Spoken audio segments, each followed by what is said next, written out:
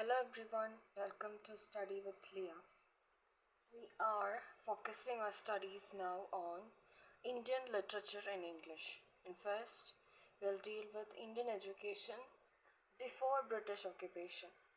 So modern education and education in English had started during the time period of British rule in India, and before that what had been the sources of education, where education took place, all these things, what was the main focus of education, who taught, who gave education, what was the system for being followed, all these things will be dealt in this part.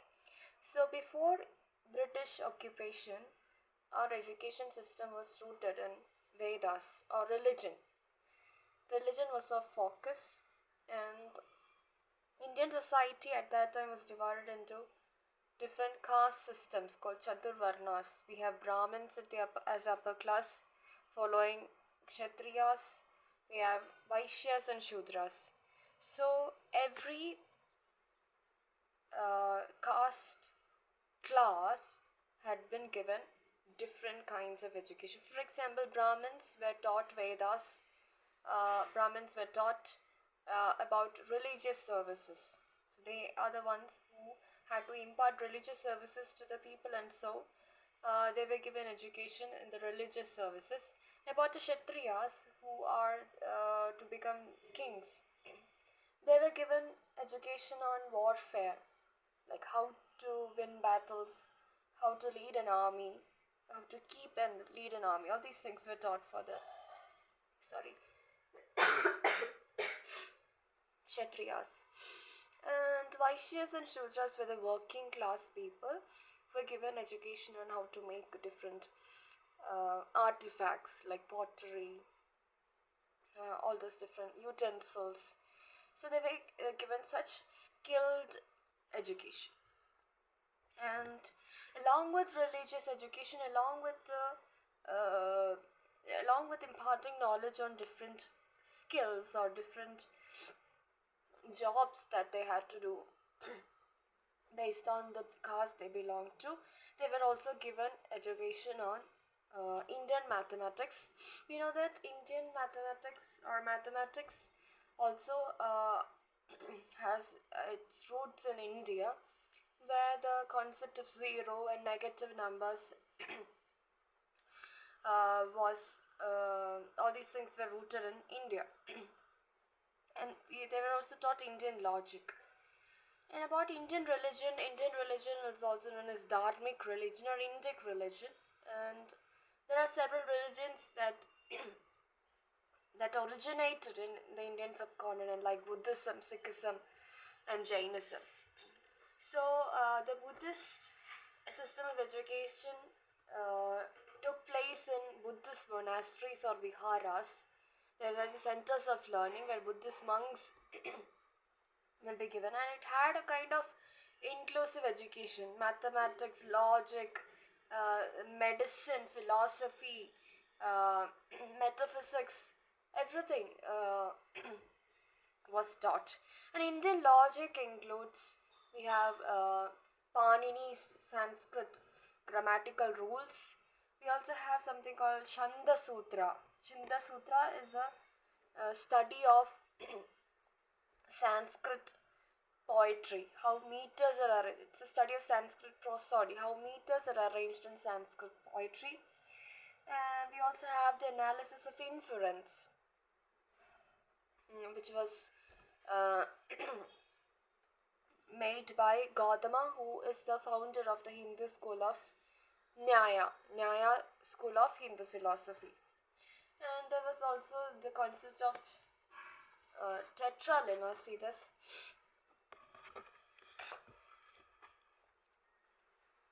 What is tetralemma? Tetralemma means for any logical proposition, say x, we have four different possibilities. X can be positive, which denotes affirmation that this logical proposition x is correct. If it's negative, affects it is negation that the logical proposition x is incorrect. Then it can be positive as well as my negative of x, which is both. It can be both affirmation and negation. And the fourth possibility is that neither x is there nor the negation minus x is there. It is a neither effect. And where did education take place? Education took place in Hindu and Buddhist centers of learning. There were ancient universities like Takshashila, which is now present in present day in Pakistan. There was Nalanda University that was established in Bihar in 5th century BC. We have Mithila, Vikramshila, Telhara, and these are the centers of learning. And Shaunaga Mahashala, which is a part in Naimisharanya forest. Naimisharanya forest is depicted in major epics, and in that forest we have Shaunaga Shaunaga Mahashala,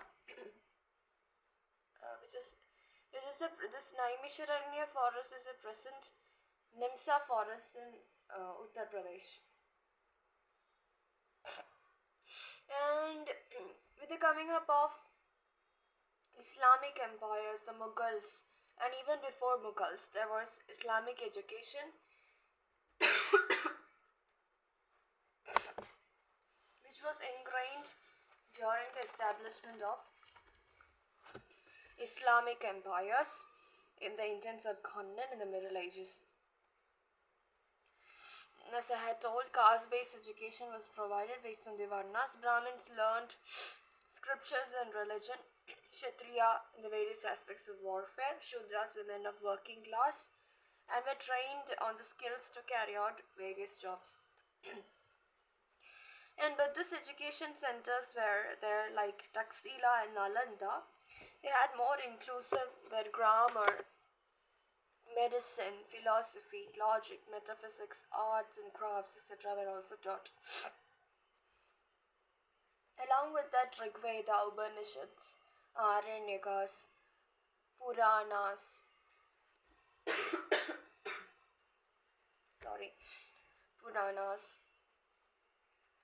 Mahakavyas, all these things were also conveyed in the education centers. In Rigveda, we have Brahmavadinis.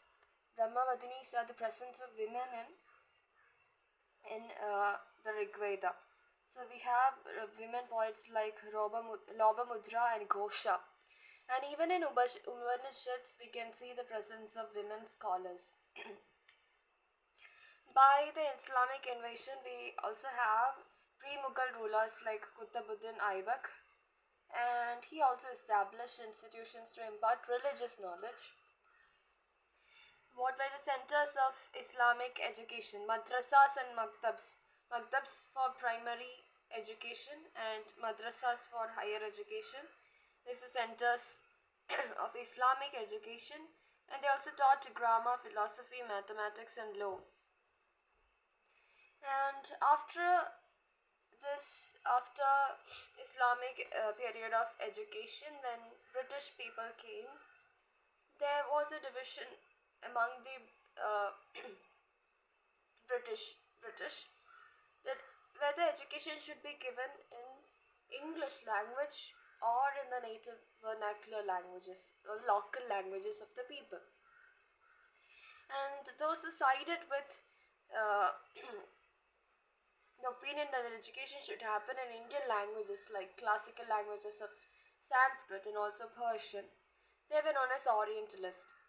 And those people who thought that education should be given in the English language, they thought that English is the medium of modern education, when traditional education systems of India, where Vedas, all those Puranas were taught, these are not to be, modern education should be imparted in the modern or the civilized form of language. That is what they thought.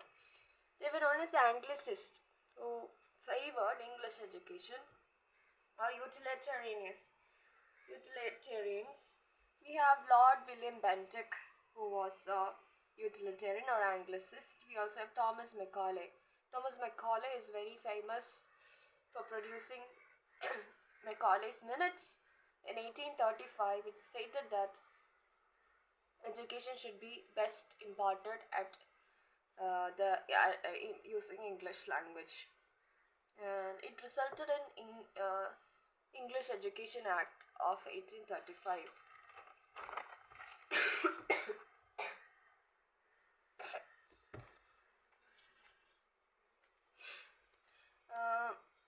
The Orientalist, when Orientalists sided with regarding education to be conveyed through Sanskrit and Persian languages, the Orientalists thought, the Anglicists thought that traditional India had nothing to teach modern skills, and the best education for them would happen in English.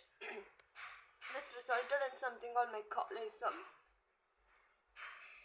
Macaulaysism would create a class of Anglicized Indians who would serve as cultural intermediaries between the British and the Indians. And this Persian language, which was the official language until then, was replaced with English. We have 1835 English Education Act, which propounded useful learning, which is English education. And in 1854 we have Charles Wood, who created the Wood's Dispatch to the Governor General Lord William Bentinck. The Governor General Dalhousie. It is in 1854, and stipulated a number of reforms to be made in the company's education system. There were a lot of reforms that were needed in the English Education Act, and such reforms were produced and began to be practiced through Wood's Dispatch of 1854. The effectiveness of the measures stipulated in the 1854 Wood's Dispatch was reviewed. How much of reformation, how much of practices are being practiced. Such things were reviewed, and a number of subsequent changes were made after the publication of. We have another thing, which is 1882 William Hunter's report of the Indian Education Commission. We have Indian Education Commission of 1882. In 1882, Lord Ripon was the Governor General at that time. He appointed the first Indian Education Commission.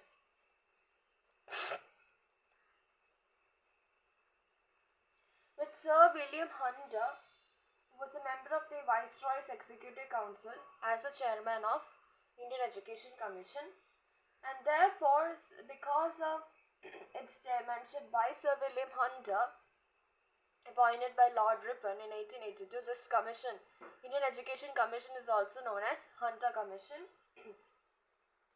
And Hunter Commission submitted its report in 1884. While this Hunter Commission, it reiterated the ideas in Wood's Dispatch. Now that Wood's Dispatch in 1854 demanded some reforms that are to be taken place for the English Education Commission Act, English Education Act. And thus, Wood's Dispatch has been revised, we can say, not revised. The practices, the measures that are taken in the Wood's Dispatch, they're being reviewed in the Hunter Commission. And it recommended something known as vocational training or commercialization of education. Education should result in people getting jobs. So this kind of vocationalization of education had happened, and its objectives were to look into the non-implementation of Wood's Dispatch. Things that were told in the Wood's Dispatch. To study the contemporary status of elementary education in English provinces. So we have William Hunter's report of the Indian Education Commission 1882. We also have in 1875 a college was founded. It is known as Mohammedan Anglo-Oriental College, which was renamed or which became the Aligarh. It became the Aligarh Muslim University. Mohammedan Anglo-Oriental College, founded in 1875, was the first modern institution of higher learning for Muslims in India. By 1920, it became the Aligarh Muslim University. Another university was established in 1960 by an individual under the efforts of Madan Mohan Malaviya. Banaras University, Banaras BHU, Banaras Hindu University was established in Varanasi in 1960. It was because of an individual's effort that this BHU University had been established in 1960. Presently, we have 23 IITs imparting education for Indians. You must also know that Right to Education Act was passed in 2009. And there were a lot of commissions, mainly 3 commissions that actually renewed and revived the systems of education in India, which includes S. Radhakrishnan Commission, which is also known as University Education Commission of 1948, Mudaliar Commission or Secondary Education Commission of 1952-53, and Kothari Commission, also known as National Education Commission 1964-66. We'll check what is S. Radhakrishnan Commission or University Education Commission. What is the main aim of this University Education Commission? It was to impart knowledge for the welfare of the country and to utilize that knowledge for vocational, scientific and industrial development.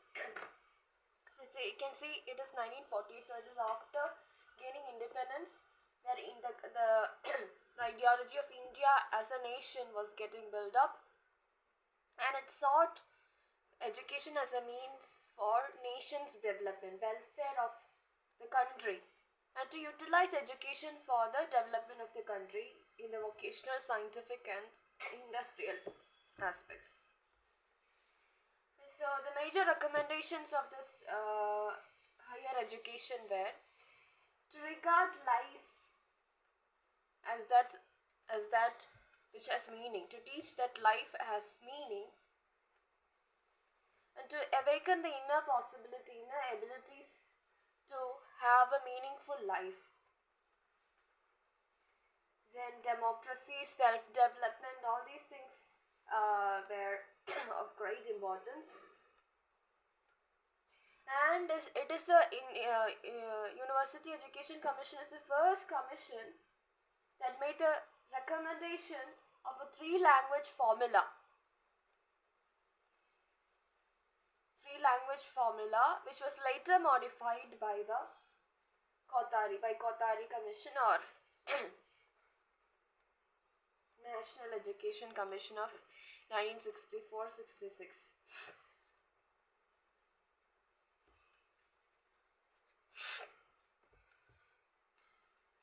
What is this Secondary Education Commission or Mudaliar Commission of 1952-53?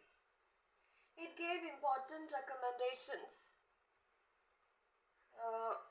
to improve secondary education, high school education in India, along with the principles for the construction of curriculum.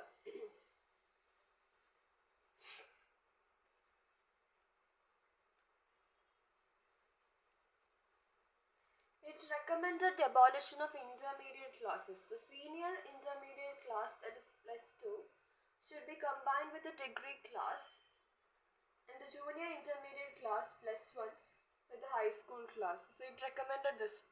Like there shouldn't be intermediate classes. Plus 2 should be combined with degree and plus 1 should be combined with high school. That was a recommendation of the Mudaliar Commission. Different courses had to be ingrained in the secondary education system. That was another thing. Three language formula recommendation, which was three language formula, which was a recommendation of the University Education Commission, follows in this Mudaliar Commission. Educational and vocational guidance was given. Then improvement in the system of examination. Also improvement in the curriculum and methods of teaching.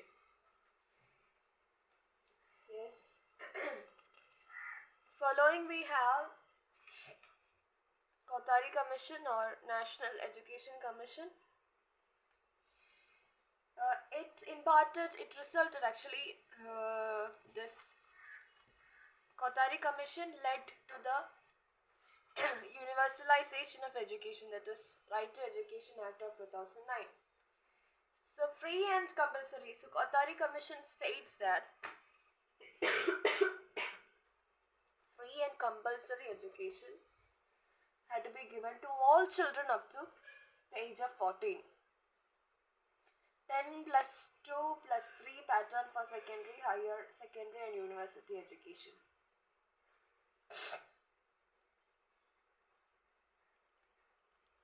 Which was till now in practice. 1 to 10, this is called secondary education.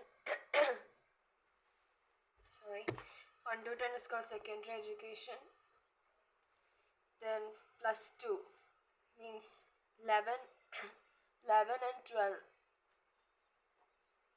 We have something called higher secondary education.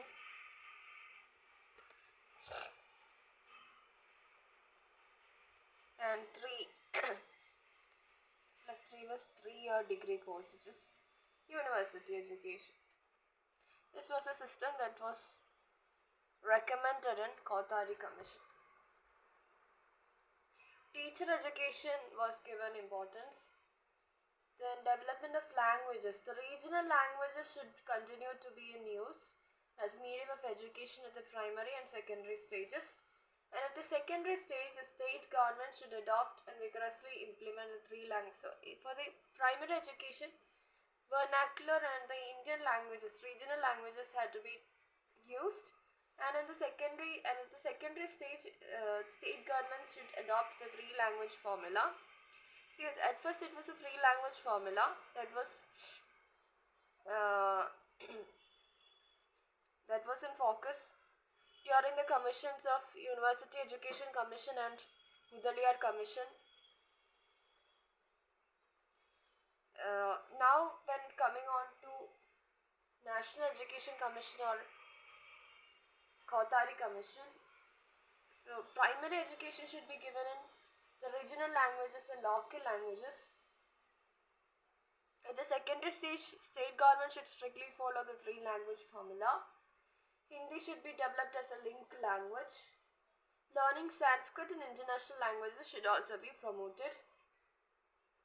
And there also should be efforts to equalize educational opportunity for girls, backward classes, physically and mentally handicapped children. Talent in diverse fields should be identified at an early stage. Work experience and national service included in school education.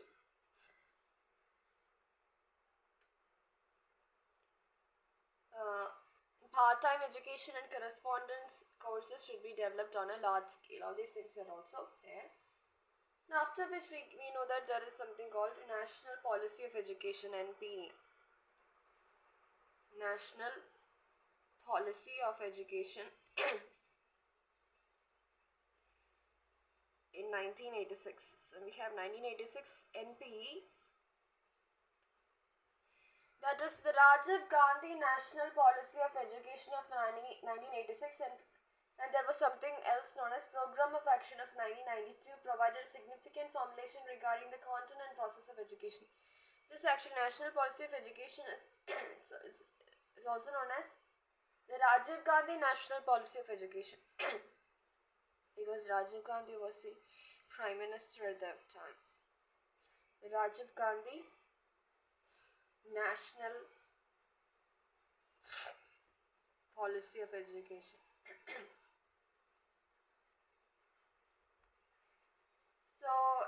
In this Rajiv Gandhi National Policy of Education, or the National Policy of Education NP in 1986, along with Program of Action of 1992, the values of secularism, socialism, democracy must be imbibed with the citizens of the country.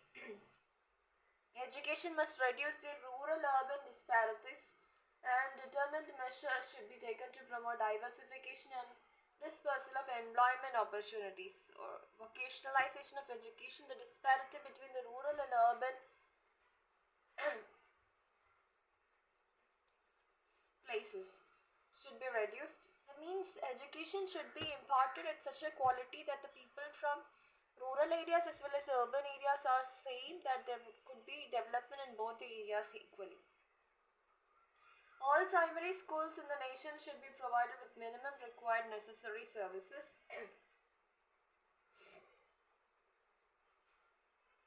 Emphasis was also laid on adult education, especially within the age group of 15 and 35 years. So going beyond a step from universalization of education for people, for children till 14 years of age, from 15 to 32, adult education was promoted in National Policy of Education, the Rajiv Gandhi National Policy of Education, 15 to 35. It also emphasized distance education. Vocationalization of education, urban-rural disparity should be reduced, adult education, all these things were the center of focus. There is something known as Operation Blackboard. What is Operation Blackboard, OB? What is Operation Blackboard? Operation Blackboard was a centrally funded program that was launched in 1987. It was launched in 1987, soon after the 1986 Rajiv Gandhi National Policy of Education, 1986. Operation Blackboard is nothing but a centrally funded program, a centrally funded program.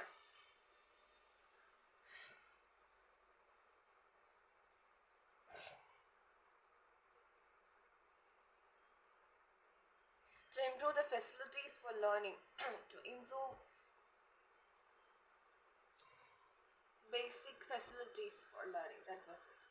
The program of action which I had mentioned, a policy of 1992, it aimed to fulfill the objective of universal enrollment and retention of children and successful completion of education up to 14 years. Program of action suggested decentralized planning and good management of primary education. National Policy of Education and Program of Action gave due importance to improvement of education in educationally backward areas. The NPE and Program of Action perceived the problem of women education in India and therefore stressed the need for equal opportunity for all. The Program of Action 1992 laid considerable stress on the need of value education and inculcation of proper perspective about the country's cultural traditions. Value education and cultural education. Preservation of country's culture through education was in focus for Program of Action 1992. It laid emphasis on higher education and research work. Vocational education was given importance by the Program of Action to increase individual competency and national productivity. Teacher training facilities should be provided to eligible candidates in the teaching profession. It also suggested that the service conditions and salaries of teachers should be improved. So teacher training facilities had to be improved. The NPE, National Policy of Education and Program of Action, emphasized that in order to avoid structural dualism, modern educational technology should be reached out to the most distant areas and to the deprived sections. people from the backward classes should also be getting quality education. The NPE and POA also emphasize the education of the handicapped. The backward classes, the handicapped, physically challenged, all these people. The NPE and POA emphasized the protection of the environment. It was like wholesome. The NPE and POA stressed on the education of SC, ST, OBC and the minorities. What is the education commission or the education program policy of education that we have right now? Right now we are following the National Education Policy 2020. I'll write that down. Earlier it was National Policy on Education, or the Rajiv Gandhi National Policy on Education of 1986. Am I right? 1986 it is, right? Yes. Now we are following something known as National Education Policy. National Education Policy of 2020. According to this, earlier we had 10 plus 2 plus 3 system of education. 10 years of secondary education, 2 years plus 1 and plus 2 of secondary and 3 years of university education. Now we have new curricular and pedagogical structure. What is the new curricular and pedagogical structure that has to be followed, which is 5 plus 3 plus 3 plus 4. This is the curricular structure.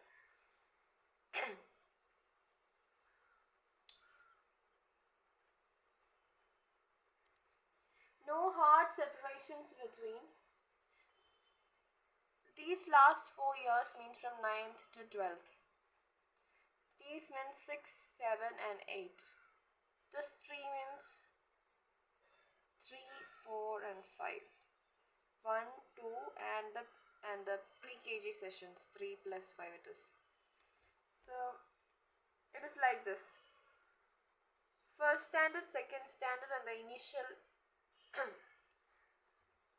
3 years of education plus first and second standard will belong to this structure. 3 means 5 classes from 3, 4 and 5. 3, 4 and 5. This 3 means 6, 7 and 8 and 4 means so 5 plus 3 plus 3 plus 4. 4 means the last 9 to 12. There was no hard separations between arts and sciences, between curricular and extracurricular activities, between vocational and academic learning.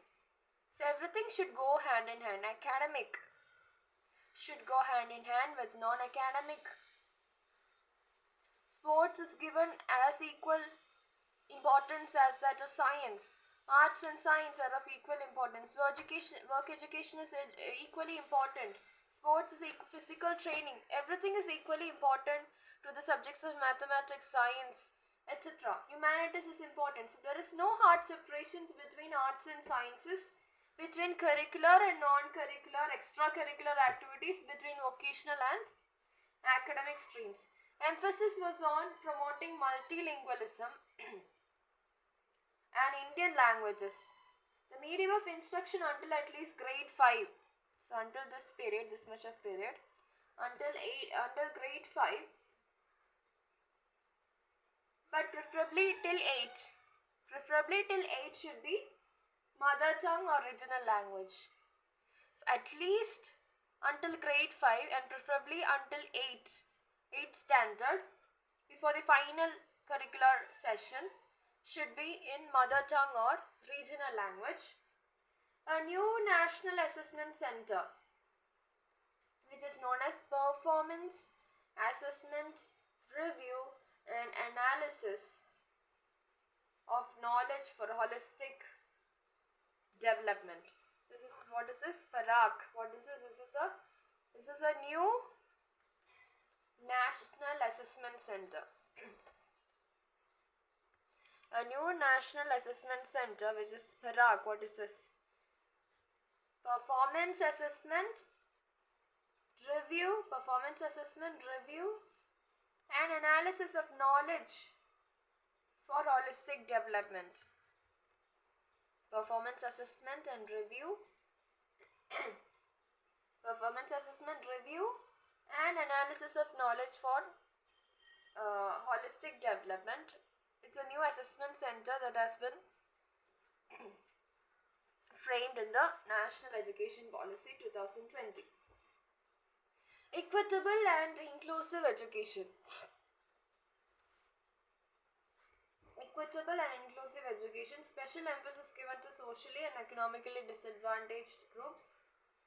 So, special focus on socially and economically disadvantaged groups. SCDGs. Socially and economically disadvantaged groups. Increasing gross enrollment ratio. People enrolling for education should be greater. Increasing gross enrollment ratio in higher education. It is to 50%. 50% of people who are eligible for higher education should be enrolled for university education. So gross enrollment ratio has to be increased to 50%. National Testing Agency NTA to offer common entrance exam for admission to higher education institutions. We know that NTA is conducting UGC NET, CSIR NET, NEET, all these. So NTA, National Testing Agency, should conduct common entrance exam for admission to higher education institutions. There is an establishment of academic bank of credit. We have banks to store money, to save our money. What we have in education now is academic bank. We have academic bank. Every person should have an account of academic bank, academic bank of credit. It's a virtual storehouse. This is known as ABC. Every student should have ABC, Academic Bank of Credit, which is a virtual storehouse which will keep records of academic credit secured by a student. It is also known as NAD, National Academic Depository. We make deposits. So it is actually a virtual storehouse of all the academic credits that a student makes, which will keep records of academic credits. Setting up of multidisciplinary education and research universities. Multidisciplinary and research universities are set up. That is MERUs. What is that? Setting up of multidisciplinary education and research universities. Universities which promote multidisciplinary education and research. There is also known as setting up of NRF, that is National Research Foundation. Setting up of NRF, single overarching umbrella body for promotion of higher education sector, including teacher education and excluding medical and legal education, the HECI. We also have Higher Education Commission of India, which will single-handedly be the provider of resources for all higher educations. All higher educations will come under Higher Education Commission of India, including teacher training. Single overarching umbrella body for a promotion of higher education sector, including teacher education and excluding this. Higher Education Commission of India excludes medical, excluding medical. It includes all higher education, excluding medical and law, legal studies.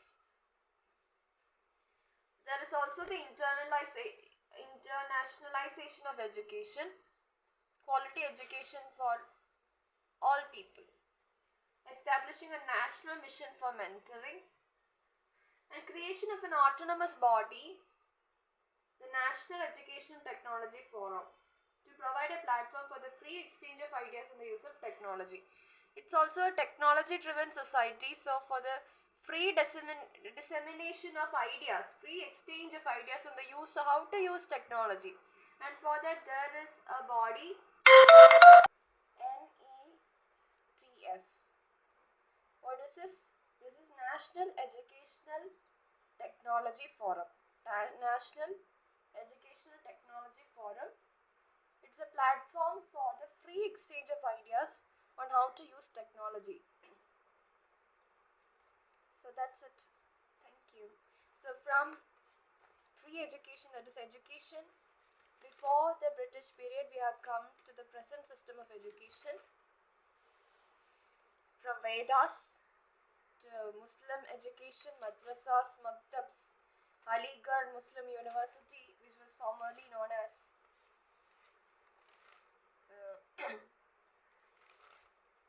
Muhammadan Anglo Oriental College.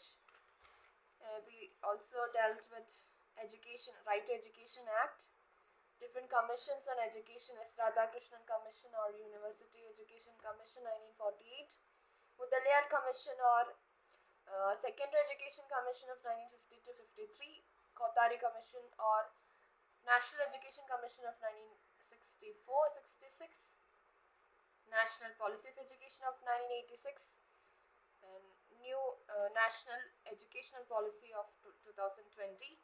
Remember the 5+3+3+4 system. The PARAC. What is PARAC? It's a new assessment, National Assessment Center. What is the full form of PARAC?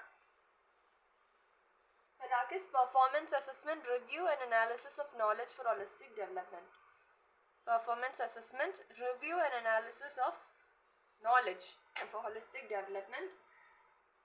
Remember the academic bank of credit, also known as National Academic Depository, where every student's academic credits will be stored in this virtual storehouse. Multidisciplinary education and research universities. Also remember the development of socially and economically disadvantaged groups, SEDGs. Gross enrollment ratio had to be increased to 50%.